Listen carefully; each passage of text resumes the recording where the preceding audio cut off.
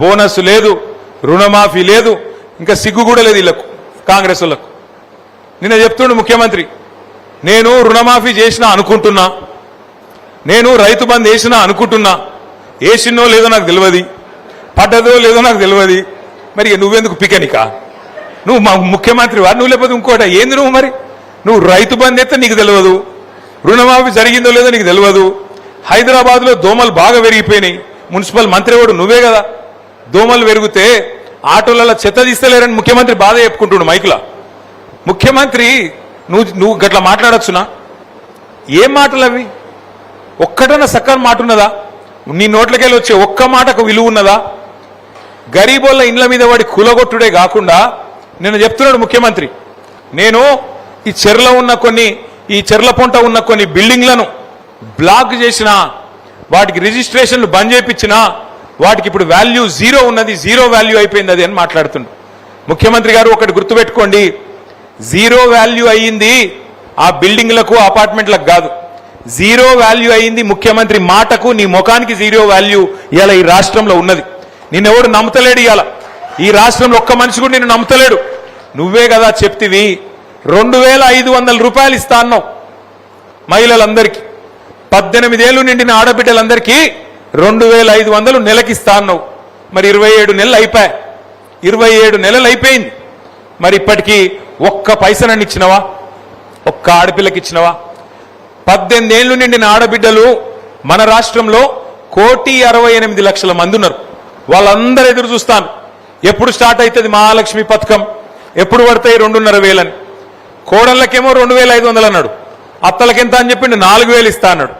అత్తలకు 4,000, కోడలకు 2,500. కేసీఆర్ ఒక అత్తకిస్తున్నాడు, లేకపోతే ఆ ఇంట్లో ఉండే తాతకిస్తున్నాడు, ముసలమ్మకో ముసలయ్యకో ఇద్దరు ఒక్కలకే ఇస్తుండు. నేను ఇద్దరికి ఇస్తా, ఇద్దరికి కూడా ఇస్తా అని చెప్పిండు.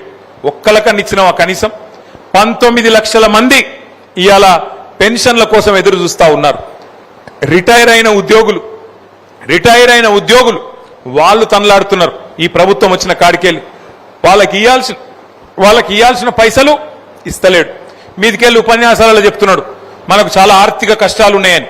మరి నేను అడుగుతున్నా ముఖ్యమంత్రి గారు, ఆర్థిక కష్టాలు ఉన్న మాట నిజమే అయితే మింగ మెతుకులేదు, మీసాలకు సంపెంగ నూనె పెట్టినట్టు వెనకటికి ఎవడో మింగేతందుకు మెతుకులేదట, కానీ మీసాలకు మాత్రం సంపెంగ నూనె కావన్నట.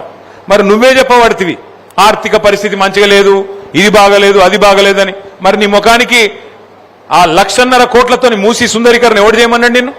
నీకు మూసీ సుందరీకరణ మీదకి ఓట్లేసిండ్రా? 6 గ్యారంటీలని నువ్వు కళ్ళబొల్లి కబుర్లు చెప్తే 10,000 కాదు 15,000 ఇస్తాను రైతులకు చెప్తే, నెలకు 2,500 రూపాయలు మహిళలకు ఇస్తానని చెప్తే, ముసలోళ్లకు 4,000 రూపాయల పెన్షన్ ఇస్తానని చెప్తే, యువకులకు 2 లక్షల ఉద్యోగాలు మొదటి సంవత్సరంలో ఇస్తానని చెప్పి నీ రాహుల్ గాంధీ చెప్తే, ఒక్కొక్క చదువుకునే పిల్లగానికి విద్యా భరోసా కార్డు 5 లక్షల రూపాయలు క్రెడిట్ కార్డులు ఇస్తానని చెప్తే, చదువుకునే ఆడపిల్లలకు బ్రహ్మాండంగా స్కూటీలు ఇస్తానని చెప్తే, ఇవన్నీ ఈయన నమ్మి 10 ఏళ్ళు కేసీఆర్ను చూసినాం కదా, ఒక్కసారి వీళ్ళని చూద్దాం ఏంది అని చూసిండ్రు. ఇప్పుడు చూసిన పాపానికి ఏమైంది అంటే, అన్నా కేసీఆర్ అన్నా ఎక్కడున్నావు అని చెప్పి అలా ఇండ్లు కూలగొడుతుంటే లొల్లి పెడుతున్నారు.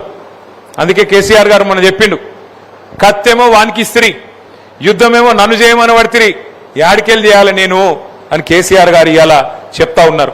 అందుకే ఆలోచించుకొని ఓటేయాలి.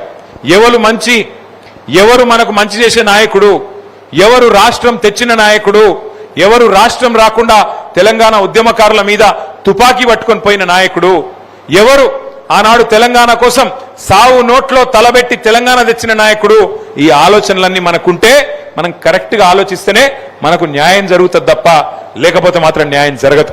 ఇవాళ ఈ రాష్ట్రంలో ప్రజలు, రైతులు ముఖ్యంగా తీరని కోపంలో, తీరని దుఃఖంలో ఉన్నారు. రుణమాఫీ గాలే, రైతు బంధు వడది, కరెంటు కేసీఆర్ ఉన్నప్పుడు మంచిగా వస్తుండే, కరెంటు కూడా దిక్కు లేదు, బోనస్ రాదు, టైంకు పంటలు కొనరు, ఆగమాగం అయిపోయింది ఈ రాష్ట్రంలోని రైతాంగం పరిస్థితి. అందుకే నేను అంటున్నా ముఖ్యమంత్రి గారు, రైతు బంధు మీద దృష్టి పెట్టు, రాహుల్ బంధు మీద కాదు. నీ సీటు మంచిగానే ఉంటది, ఏం కాదు. ఎందుకంటే మీ పార్టీలో ఏం లేదు ఆడ విషయం అందరికీ ఎరికే. నీలాగా దోపిడీ చేయగలిగే శక్తి, నీలాగా ఢిల్లీకి కప్పం కట్టగలిగే శక్తి ఇంకో కాంగ్రెస్ నాయకునికి లేదు. సంవత్సరానికి 1000 కోట్లు ఇచ్చే శక్తి నీకు మాత్రమే ఉంది, ఆ దోపిడీ చేసే ఆట్టు నీకు మాత్రమే ఉంది. కాబట్టి నీ కుర్చీకొచ్చిన గండమేం లేదు. ఇప్పటికైనా నువ్వు మున్సిపల్ ఎన్నికల్లో మాటిచ్చినావు. మున్సిపల్ ఎన్నికల ప్రచారంలో ముఖ్యమంత్రి చెప్పిండు, మున్సిపల్ ఎలక్షన్ అయిపోగానే తెల్లారో మర్నాడో 9,000 కోట్ల రైతు బంధు వేస్తా అని చెప్పిండు. ఎప్పుడు? ఫిబ్రవరి 10వ తారీఖో ఫిబ్రవరి 9వ తారీఖో చెప్పిండు. ఇప్పుడు ఎలక్షన్ అయిపోయి నెల అయినా కూడా ఇప్పటి వరకు ఆ 9,000 కోట్ల రైతు బంధు పత్తా లేదు.